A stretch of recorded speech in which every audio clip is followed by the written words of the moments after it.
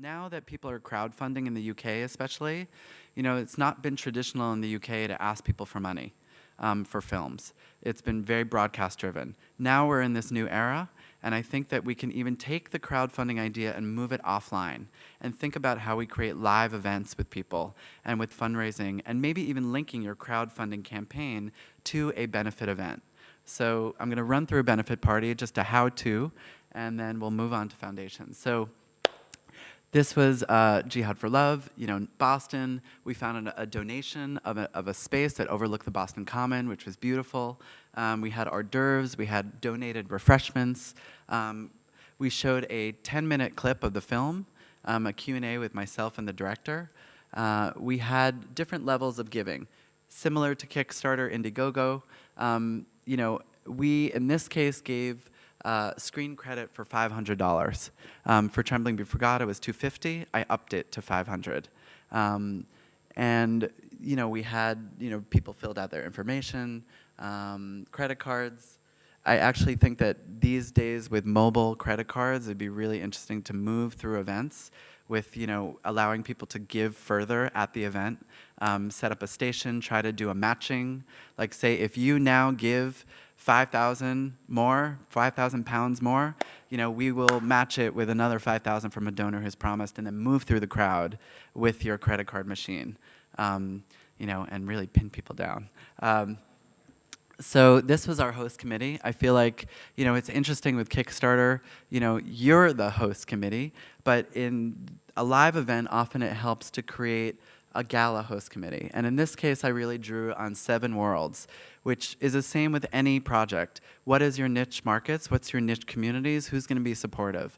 So with Jihad for Love, it was Muslims, Arabs, Iranians, South Asians, gay and lesbian people. Jihad for Love is about Islam and homosexuality. It was film people, arts people, human rights people. So this committee really drew on a lot of those different worlds. I had people who had funded my last film, Trembling Before God, so I really moved them into my next project. And it was people I had gone to school in Boston. I pulled in people from that world. Some of it was just friends of friends. Some of it was someone who had joined my mailing list at a certain point. How many of you have mailing lists? Okay, everyone's hand should be raised from now on. In fact, we're gonna model this right now. Does anyone have a blank piece of paper? Wow, it's amazing. We're living in a paperless world. Okay. So I'm gonna then do this. You can take the first page. Okay. So what we're gonna do is I'm going to write down name and email and city. If you'd like to join our Films That Changed the World email list, you can. I've done this all over the world. I've done like 800 live events with Trembling Before God. From just this, I built a mailing list and database of 25,000 people, which has now supported things like this and all kinds of future projects. So feel free. I only send it 4 times a year. But so this was, you know, very exciting. I thought we were going to do this amazing event. For the project, we had gotten word that we got into Toronto Film Festival, but we didn't have the money to finish the film. So this event came at a crucial time when I can really say to the crowd, we need your help because we can't have our world premiere without it. So actually, the benefit was a disaster. I did for Jihad for Love 5 benefits in New York, in Miami, in San Francisco, in LA, and now in Boston over the course of making the film. For Trembling, I did about 5 benefit parties as well.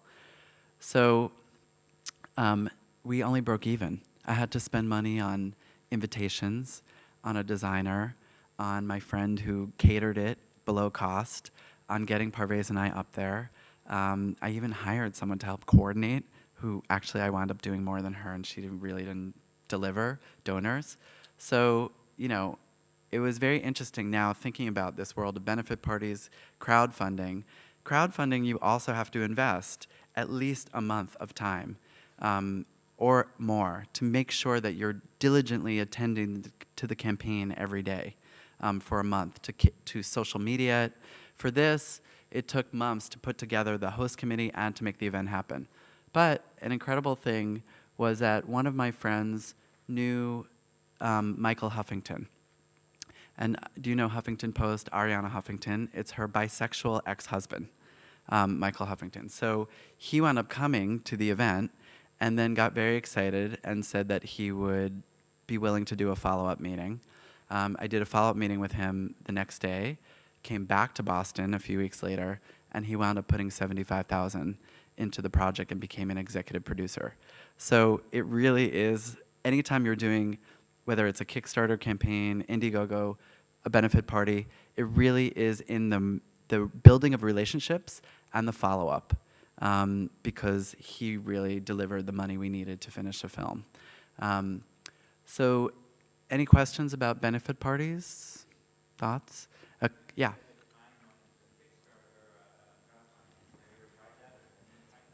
Say again? You talked about maybe tying a benefit into a Kickstarter campaign. I thought of that too. Have you tried it or heard of anyone trying it? It's what I'm going to do. Okay, good. That will be what I'm going to try in the fall. I'm cutting a trailer for my new film in the summer, and then I'm going to try to figure out how we can sync the online viralness, you know, because a lot of a benefit party is really spreading the word. I mean, when I ask people to be on a host committee, I say, can you give or get, in this case, $500? Because tickets were $100 each, and someone, if they gave $500, they would get screen credit, they could come.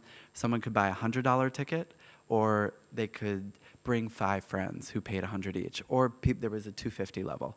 So I'm very, you know, a lot of the host committee, I mean, the host committee is like your viralness on the web. You know, you want it to spread. And you create online invitations that people can forward. So I'm very curious how those sync. Now, sometimes you have friends, for example, who don't have money, but they do have a Facebook or a Twitter feed of, you know, 3,000 people. So they become incredibly important. So it's like also changing the way we look at value and we look at money. It's like, who has access to resources? Who has access to lists? Who has access to gifts that you can give on Kickstarter to people who give a higher level? So I think it's really changing how we think about all these things. So yeah, I'm very curious. Has anyone heard of anyone who's synced crowdfunding to a live event? I'm curious. Okay. I think someone else had a question. Yeah? Yeah? Okay. So now, in terms of accessing, especially North American money, is anyone here from North America? Okay. And who here is from Europe? Okay. UK? And then who's here from non-North America, non-Europe? Where are you from? Australia? Australia, okay. So, so the whole world of philanthropy, you know, donors, has, I think, really come to, I mean, it's really at a deep stage in US especially. I feel like it's now awakening the UK and Europe, also Australia, for sure, with Documentary Foundation Australia. The next Good Pitch is in October, and it's actually become a European Good Pitch. And one of that major goal of this one is to galvanize European foundations to support documentary and change campaigns. So this is a model that I'm going to present that you can access, and it's also spreading. So the first thing that you'll need if you want to access funds in the US is a nonprofit fiscal sponsor, a 501c3. If you are registered with a charity, then people can get a tax deduction by giving to your project. Now, sometimes it's too hard for us to form these 501c3 charities ourselves, so we have a fiscal sponsor. In this case, it could be Women Make Movies, if you're a woman filmmaker. Their eligibility is that you have to be a US citizen, so maybe some of you are, or you can bring on a producer who's a US citizen who can help you access funds in the US. You know, there's Fractured Atlas. These are a number of the 501c3s that you can work with. Fractured Atlas, the Center for Independent Documentary. There's Hartley Film Foundation for Films on Faith. The Foundation for Jewish Culture, if you have a project that relates to Jewish communities. And one of the key resources that you can look at is a Foundation Center website. So I think this is an example of how we can navigate the site. So you go onto the site and you're searching Grantmakers. You look at fields of interest, and up there you can look at, all the different, and they break it down in huge ways. So, you look under A, you look under F, you type film video. There's about 293, different foundations that fund film video. So they're going to pull up like a whole list of potentials, which you can scroll through. You can see sort of how much money a foundation gives in a year, where it's located, how to access them, what's the contact information. You can also see what projects they've given to. It's incredibly useful, and you can actually do it from wherever you are. And you can see what other, you could type in, just seeing where, a California Council for the Humanities. You have a project based in California that's about a California subject matter. They have a California Story Fund, California Documentary Project. So it's a very, very useful resource that I use all the time. And, yeah? Yeah. So if you are able to visit the Foundation Center's offices, which are across different cities, it's free. If you want to do it online, then you have to pay for it. So what I suggest is bringing together a group of filmmakers and collectively buying a package and sharing the password. I think that's a more cost-effective way to use it. So here we're typing in domestic violence, because also if your project's issue-based, you can then see what are the foundations that have funded domestic violence? Might they fund your documentary in progress about it? Have you finished your film and you're launching a campaign? One of the films I work with was a Sundance film called Crime After Crime, which is now launching Debbie's campaign to try to eradicate domestic violence in the US. So I use this to try to figure out, well, what foundations could I bring in who would support Crime After Crime and its campaign as it moves to television with Oprah Winfrey's network, into theatrical, and into all sort of platforms. This is the European Foundation Center, which is in Brussels. So you can either access that, and that will give you a whole sort of worlds of European foundations. There's another resource, which is Grantmakers in film and electronic media. It's called GFEM. GFEM is a foundation association that's dedicated to try to increase the amount of foundations who give to film video. And they're very, very useful. They have a database where you can upload your media project. And what you can do is funders will go to this site and they will look at various projects to see if there might be an alignment with their issues. Also, if you have had a project that's funded by foundations, you can submit it to the Council on Foundations Film and Video Festival.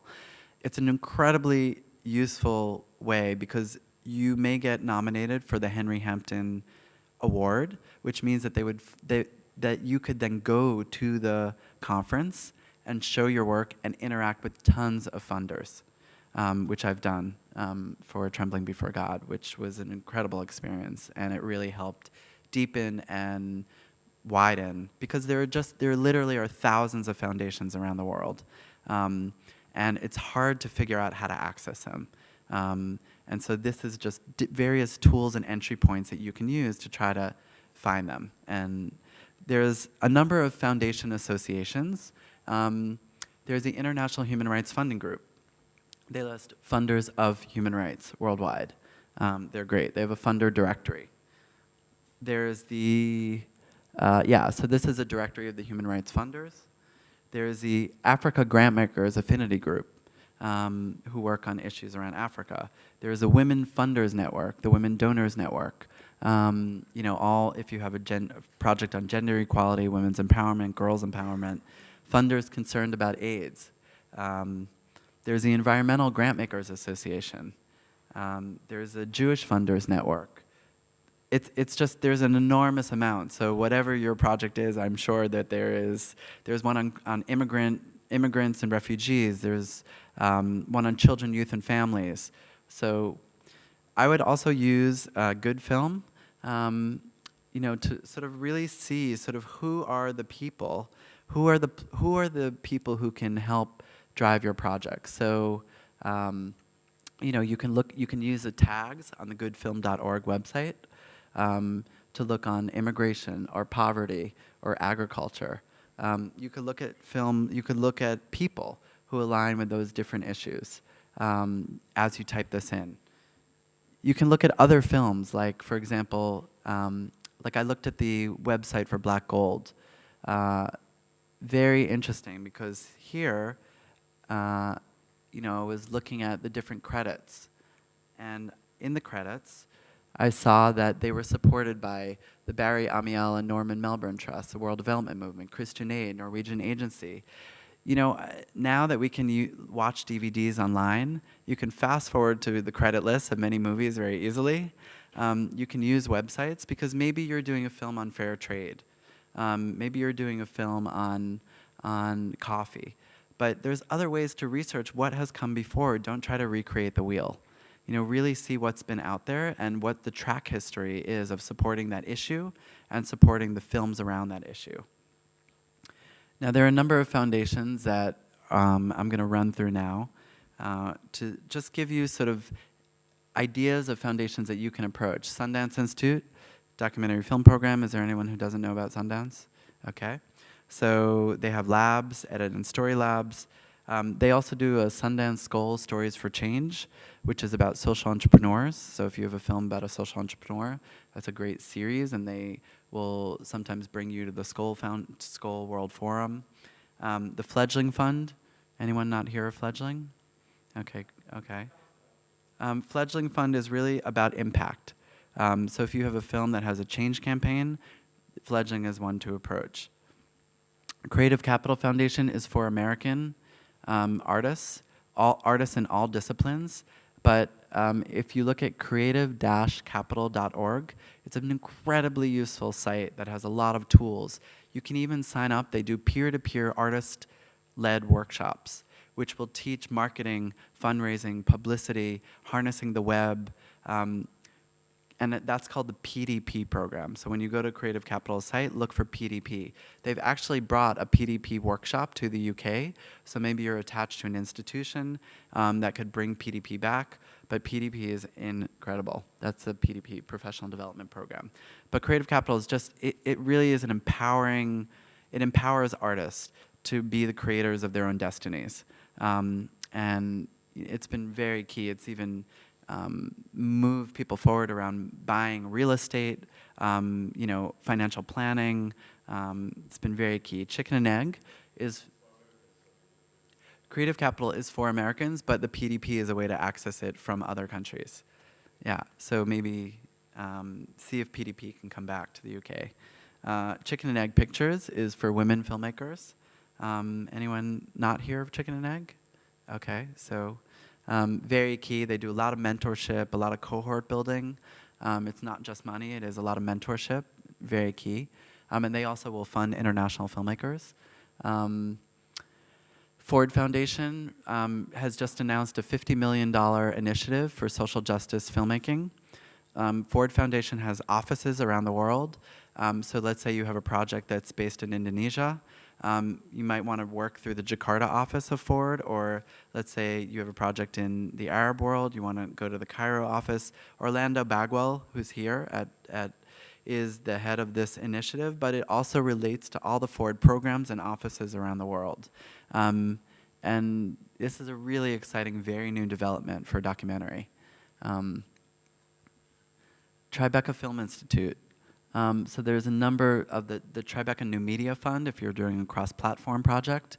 That is very, very key. They also will fund the Gucci Tribeca Documentary Fund. There's a lot, if they have Tribeca All Access, which is for films about issues of race and diversity. So the Tribeca Film Institute is a really important hub. I would take a look at their site. Cinereach, which will fund fiction and documentary.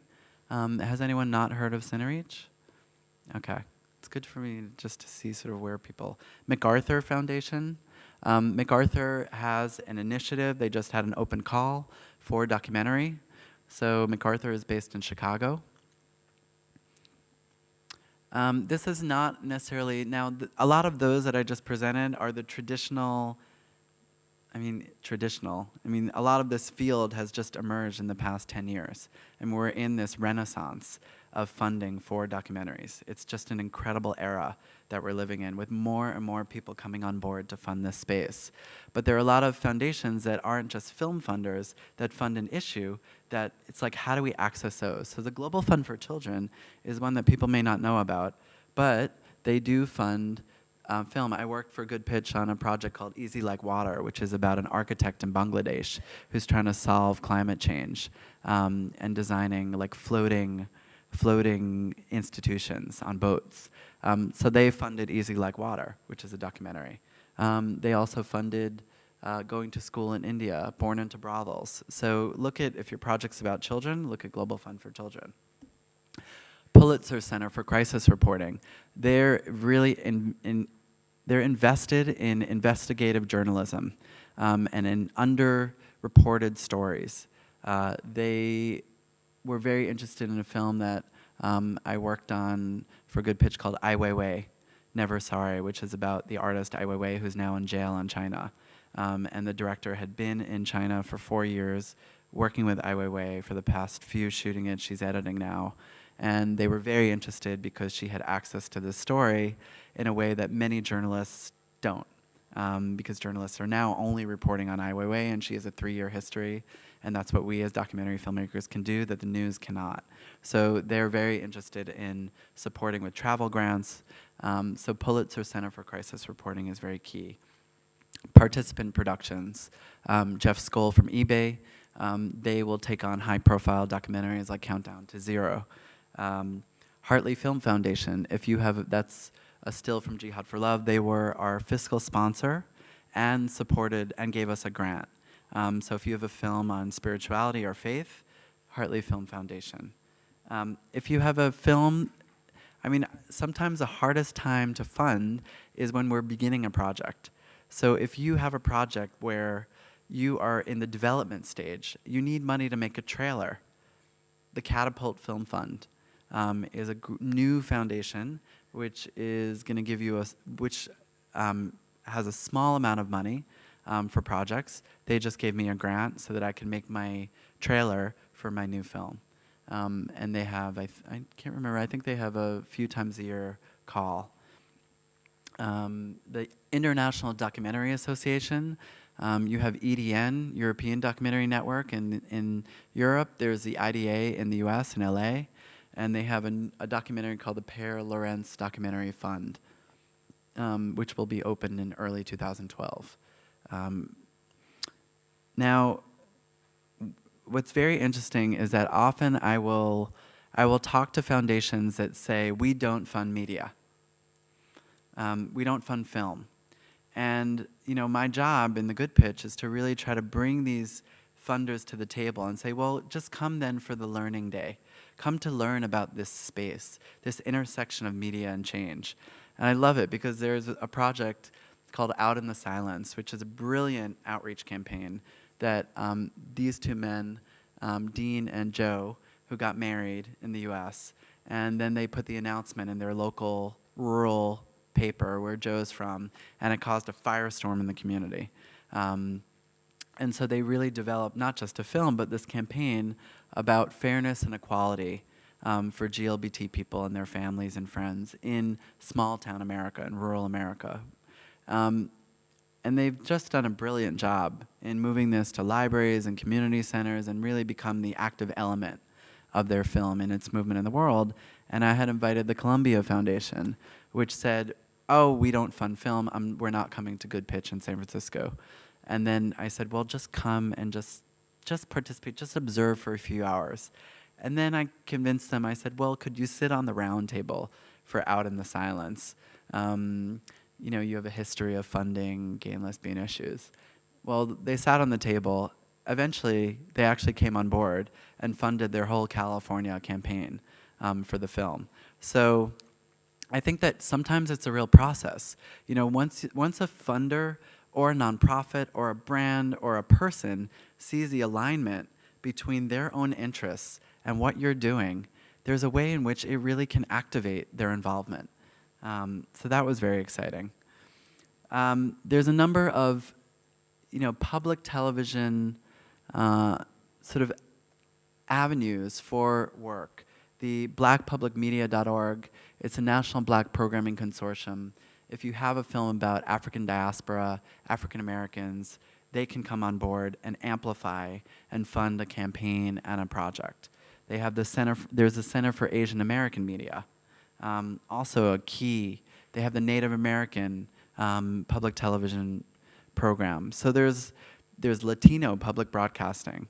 So there's a lot of ways to amplify public television in the U.S. with these special funds. I'm curious if any of the European broadcasters have these kind of diversity initiatives and diversity funds. So Impact Partners, this is another model. Impact Partners does investments into documentary. How many people have not heard of Impact Partners? Okay, so they will come on board if they think that a project will be commercially viable and they can make their money back. So this is really not the model of philanthropy, but the model of investments. But is a really, I mean, they do lots of films, very key. Channel 4 BritDoc Foundation, many of you probably know that. The Puma Creative Impact Award, the Puma Creative Catalyst Award, Tipping Point Film Fund in the UK, the Joseph Rowntree Reform Trust, did a whole campaign around this film Erasing David, which I recommend you look at. The Jan Vrijman Fund, if you're a filmmaker from the Global South or working with a filmmaker from the Global South. And a very interesting experience with the German Green Party. We premiered a Jihad for Love at Berlin and, you know, had developed, you know, a relationship with them, meetings with them, and we've been trying to get Jihad for Love to the Middle East. It's been really key and very, very challenging to try to get it into the Arab world. It took it to the point until we actually had support from Heinrich Böll in their Beirut office. We hadn't been able to screen in the Arab world. It was too controversial. Dubai Film Festival, Abu Dhabi Film Festival said no. Certainly the film is quite controversial about Egypt. But we did screen in the Istanbul Film Festival. We've screened in Indonesia and Malaysia and Bangladesh, but it was the Arab world that was particularly challenging. So the German Green Party actually funded us. They funded Parvez, the director, and I to go to Beirut. They set up a week-long of screenings. They funded hotel. They really did the publicity around the work in Lebanon, and it's just not what one would think of, the German Green Party. These offices of the German Green Party are all over the world. So if you have a Latin American project, look up where the Heinrich Böll office is in Latin America. You have a project in Southeast Asia, they have an office in Bangkok. So think of your film globally and where you'd like to move it and what are your priorities. For me, it was when I did Trembling Before God, which was about Hasidic and Orthodox Jews that were lesbian or gay. My priority was to bring it to the largest Jewish communities in the world and to really try to figure out how could make that happen. And same with Jihad for Love. So I also found my doppelganger on the wall in Beirut with great graffiti. Also think about where in the world your film intersects. You know, do you have, which pitch forum is best for you? You know, Lisboa, I think that was from you, yeah. Because you had a film about Cape Verde, so we thought, well, you know, here we can pitch that project in Doc Lisboa because that might connect most. So think through, you know, East Silver. I mean, there are lots of pitching forums now around the world. You know, you can pitch at IDFA, you could pitch at Good Pitch, you could pitch it at Hot Docs, but there are also smaller ones where you may get even more attention. So think about that. The what? It was more that they had a Cape Verde project, so it would more intersect with Portugal and people who were Portuguese and would take an interest in the project. So it's sort of being strategic about where you're aligning your film and where the right forms are for you. Documentary Australia Foundation. This is a model that's really going global. They're doing incredible work to try to increase philanthropy towards Australian documentary. So it's not just happening, I feel like this is happening everywhere. There's going to be like a Good Pitch Squared in South Africa, in Joburg, which is going to galvanize South African nonprofits, funders. So that's very exciting. Now, the Bully Project. Bully Project was pitched at Good Pitch Tribeca, and the director, Lee Hirsch, is a friend of mine. Phenomenal film. Very interesting. This is about now sort of the nonprofit side. So I had a group called Facing History and Ourselves, which sat at the table. And they do a lot of work in schools in the US and around the world, actually, to do work around bias and hate. So they have a bullying project. Now, when they sat at the table for the Bully Project, when they're already doing work on bullying, but here's a film that can tell the story in an incredibly beautiful way, then they said, well, we'd love to get on board.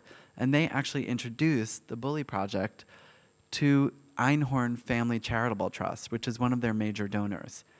Between Einhorn and then the Waite Institute, Fledgling Fund, Sundance, Because Foundation, Bully Project has raised $500,000 in outreach and engagement funding. And they partner with Do Something. They're doing a massive campaign, when the film is launched into the world. And I mean, they have unbelievable amount of resources at their fingertips. So nonprofits for me could be a way to access money, which is not how we think about nonprofit partnerships and not how we think about how you build a coalition around your film. Hungry in America, another project that pitched. It's about rising hunger in the US. There is something called the Feed Foundation, which funds the eradication of hunger. And this is just a Hungry in America. So Feed campaign is going to kick off with Hungry in America. And what I love is that they have these strategic partners, which we brought to the table, the Alliance to End Hunger and the Food Resource and Action Center. Now, when they came to Good Pitch, they had a trailer. They were really in an early stage of their project. When I put the Alliance and FRAC at their table, they were just so amazed. They then held a meeting at their office for 14 anti-hunger organizations. It led to a $100,000 donor.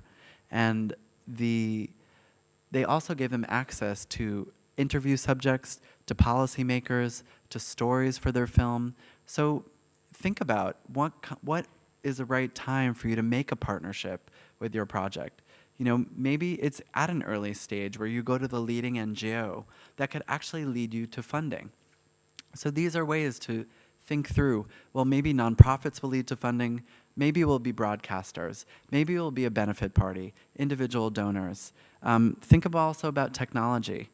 I had put Google on the roundtable for this project called Revolutionary Optimists. Amazing film that's being finished now about kids in Calcutta in a slum, which is not on Google Maps. It's an unmarked slum. It does not get the social services of wealthier neighborhoods in India.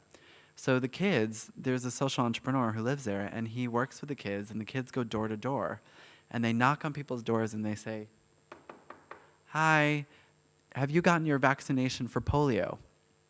And the kids will go to the 800 homes within this slum, and they will mark down on pieces of paper, well, Google sat at the table, and they said, well, there's a way to do this.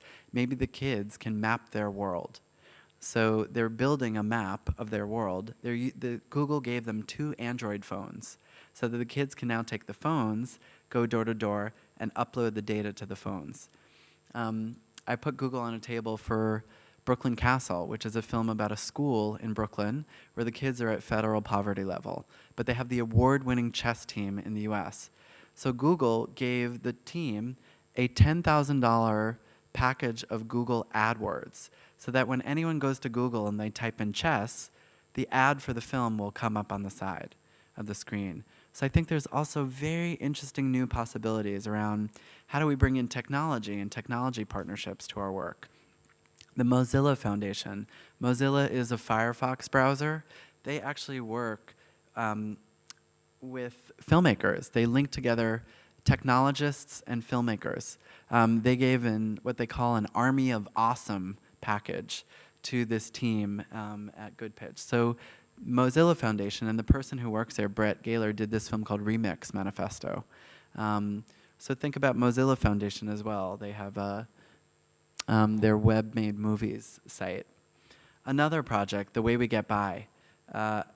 This is a very sweet film. This is about people, older people, 3 older people, who stand at Bangor, Maine's airport.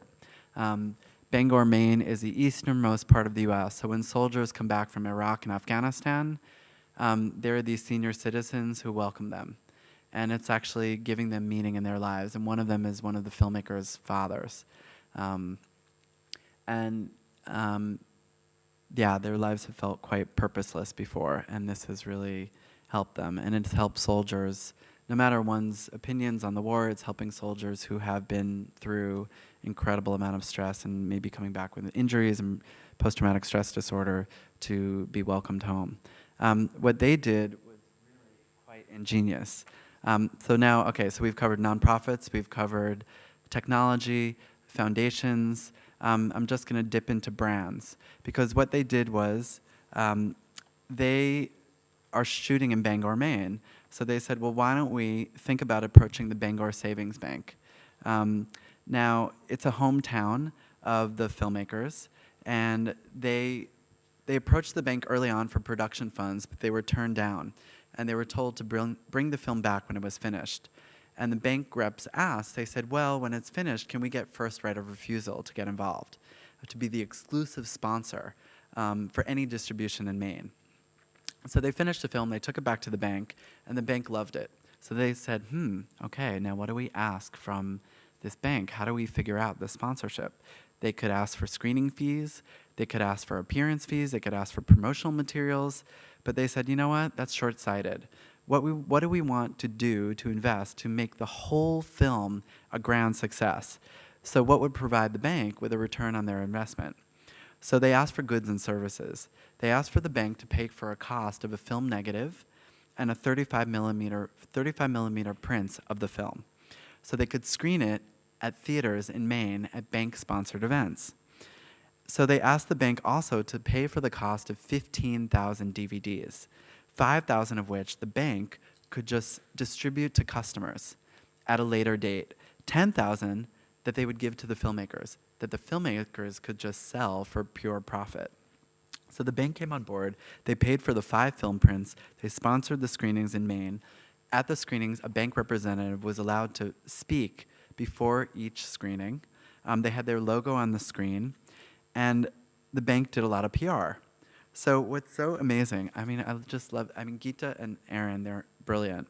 So Maine audiences started going crazy for the movie, and the film was starting its festival run with a premiere at South by Southwest. While it was doing that, it was playing on 20 theaters on screens in Maine. They beat out Harry Potter. They beat out Star Wars. They were like the biggest hit. So what was great is that they bought these DVDs as well, and so the filmmakers were making money as soon as they were out of the gate. So they didn't really need, a distribution deal. The Bangor Savings Bank put in more than $100,000 in in-kind and direct services. So it's just, it's an example of how one can be really creative and think through, how do we bring on a brand who can get involved? What I love too is there was a screening of The Way We Get By at a theater, and they looked at Aaron and Geeta, who are the couple who made it, and they said, are you two married?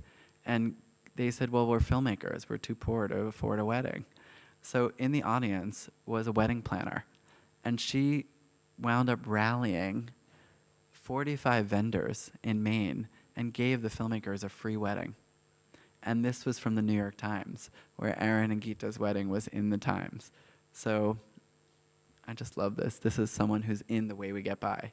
So further promotion for the film through one's wedding announcement. But it's just it's such a beautiful story about sort of working with the local community, working with a local institution and bank, and then having that community rally around you to support your love. So I also think that there's a great, as we think about assets that we can provide through crowdfunding, I just love this. This is Objectified. I don't know if Yancey talked about this earlier, but it's a real beautiful set. It's 3 films that the filmmaker has made, and this is for Urbanized. Objectified, Urbanized, check it out. And Helvetica. Has anyone seen Helvetica, the film? Yeah. So he's really made a series, and he's creating objects. I mean, it's so interesting now that we're working in digital bits, but actually, you know, what he's used is this art world model of limited edition objects. So you get this beautifully designed Helvetica objectified and urbanized set that's designed in a little package with an art book. And this is what he's doing to encourage people to pledge $400 or more for his crowdfunding campaign. Very genius. He's developed a Twitter feed of, I think, over 100,000 people. So I wanted to just give you this overview, but let's open it up to any questions that you have about anything to do with fundraising, creative fundraising strategies. Thoughts, questions, nothing. Anyone want to talk about their project? And think if we can hear in the audience brainstorm fundraising ideas for your film? Yeah. Thank you for the opportunity, actually. Yeah. I've started a film about, I'm French, but I live in the UK. Mm. And my new project is called Just a Face, and I'm following 5 women in France during the first year of the ban of the full face veil. So there's a karate world champion, there's an ex-punk, there's a very mediatic person who's known as the star of the niqab in France. She's so much on TV because she is adamant that she doesn't want to remove the face veil, despite the ban. So it's about civil rights for her. There are people, there's an entrepreneur, and there's someone who just doesn't know what to do and stays at home and depressed, basically. She's depressed. They're all a bit depressed, but she's the one that.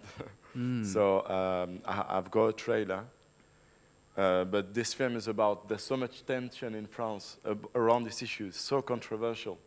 It's ugly, So I want this film basically to be a remedy to have people talk about it and go beyond religion or whatever, and say, that's our country, basically, going back to unity. Well, that's the naive intention, but that's the intention. Ooh, so this is exciting. It's a great project. And, okay, does anyone want to dive in?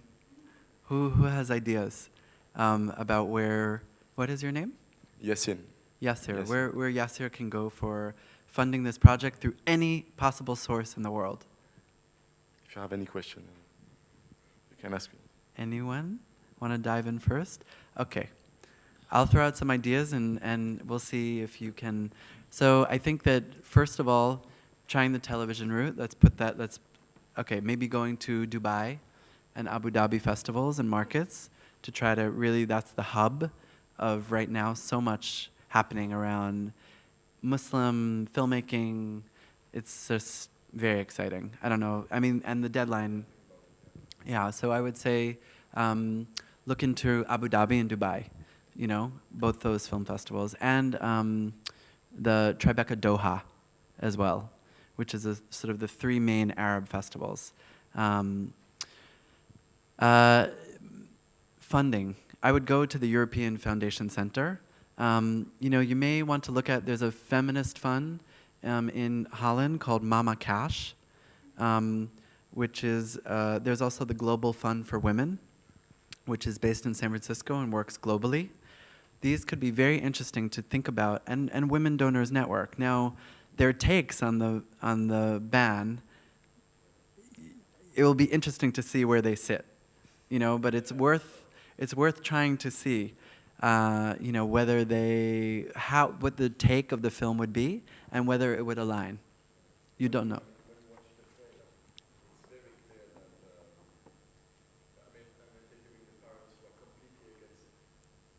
Against the ban.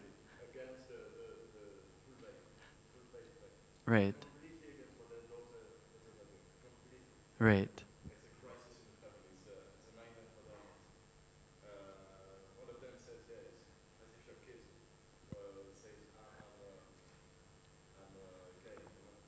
Right. Mm-hmm. I mean, it could be very interesting because there's an organization called Salia. And Salia works to build relationships between the Muslim world and the West. And they do it through online learning. They do it through sharing clips of films online. So look up Salia, it's Soliya.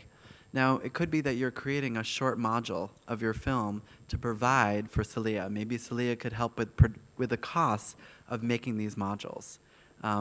So think about the film not just as a film, but also in multiple platforms. You know, how could this film inspire dialogue? Because, I mean, one thing to think about is what's your goal with the movie? Is there a change campaign? Is there an outcome that you would like from the film?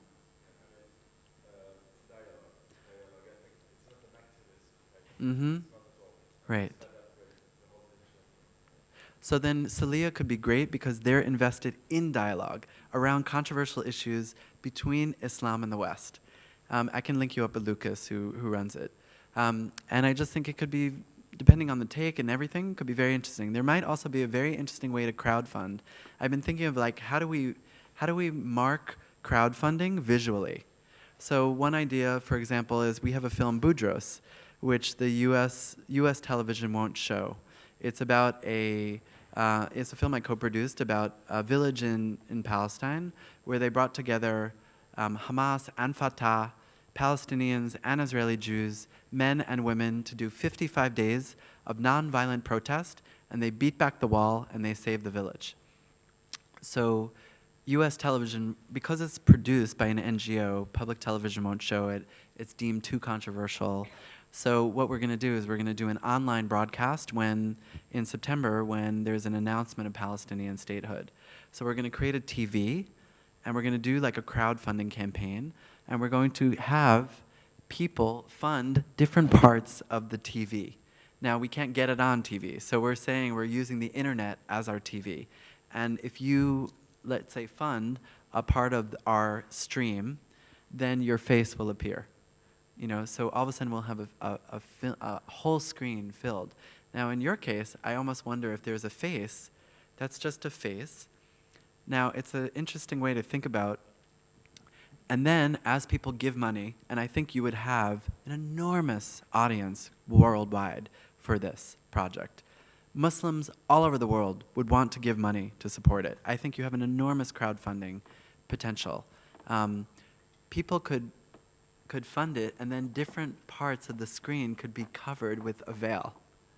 So actually, once someone's fully covered with a veil, it's fully funded, the campaign, which is an interesting way to play visually with the funding and, you know, the kind of, so think about that, you know, through Indiegogo or Kickstarter.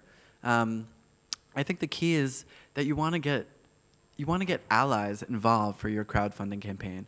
How do you reach out to the nonprofits, to the social media lists, so that you're really entering your crowdfunding campaign with your assets already in place? You want to make sure that organization in France, you know, which has 100,000 people on their email list, will send out the blast in August for your September crowdfunding launch. You want to make sure that Al Jazeera blog post that maybe you could get through some connection, through them seeing the trailer and wanting to just put it on their blog. There's an interesting film that's launching their crowdfunding campaign here. They're doing a project where people can actually fill in the veil. And then you get their social media, you get it tweeted out, you get it, people Facebooking, and people are like going to Al Jazeera and saying, wow, interesting. Like, I want to check this out. I'm going to give money, you know? So, you know, think through, again, all of your assets that you can bring together in coalition, because that's what this is really about. It's about partnerships, and it's about coalitions that you can build easily yourself. You know, I would go to the European Foundation Center. I would go to them and either call them or go to Brussels and work with the librarians there and say, this is the film I'm doing. What search terms can I look under? You know, maybe you can look under Islam and see who's funding Islam. You know, who's funding Islam in Belgium? Who's funding Islam in France? Who's funding, you know, what are other ways that you can really sort of think creatively? So I feel like you're going to be fully funded. It's going to be amazing. Other ideas for Yasser? Yeah. Well, crowdfunding might be evolving and changing, so I have a question of how you see game theory and game layers in the future as being a part of crowdfunding. Game players? Game layers and game theory, basically, by creating more interactivity for the crowd in the funding. Can you explain what you mean by that? Well, it's basically creating an engaging way for people to engage with your website. So finding a way where people not only engage with the issue, but want to actually play and want to go through stages so that they get engaged more and more and more. And the more they get engaged, the more they get back. Well, it's interesting because, I mean, one idea which I just thought of as you're talking is, what if there's a way that people can play a game through your crowdfunding campaign where the more people they get to give money, the more rewards they receive. So then it becomes a competition because maybe you offer something where the people who bring the 75 most donors or the people who raise 50,000 the fastest for your project can win. So that's a very interesting idea. Any other thoughts about that? Have you ever seen, I haven't seen anyone, have you heard of anyone doing that? Oh, okay, one more question and then we have to break. Yeah. Ah, that's an idea. Use Groupon to introduce a game layer to a crowdfunding campaign. Well, someone try it and let's all talk. We'll meet here in a year. Okay? So I know we have to break, but Charlie is the point person. If there's any of these that you didn't get that you need to be emailed, contact us, and I'm happy to send you the list. So thank you so much.